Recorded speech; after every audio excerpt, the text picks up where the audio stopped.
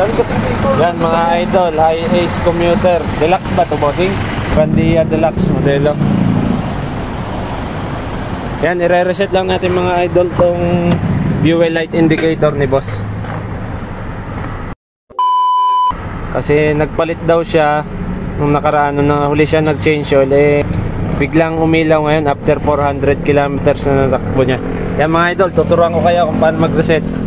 Yan, i-off lang muna natin.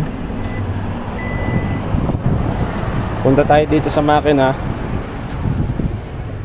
Hugutin nyo itong socket na ito.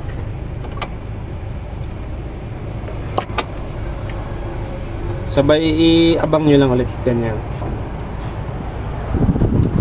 Sabay balik tayo sa makina. Ay sa manubela mga idol. Ito yung susi oh. Saramin ko lang boss.